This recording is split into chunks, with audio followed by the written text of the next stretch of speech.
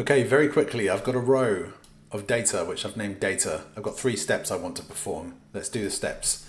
Let's say CHOOSECOLS data 3 to get the third column. Divide that by 25 gives us 4, and a sequence with 4 should give us 4 rows, and it does.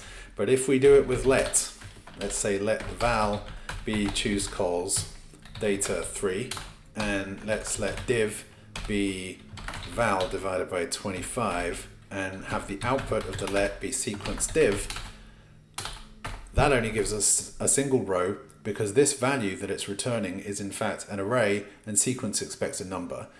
So to make the sequence work, we need to convert the array that has been returned within this let statement into a number. We can use the index function for that. 1, 1, just get the first row, first column from the value. That will give us the sequence. Or even easier, but a bit more cryptic, and therefore you may not prefer it, is to put the @ symbol, which is the single operator, which will convert it into a number as well.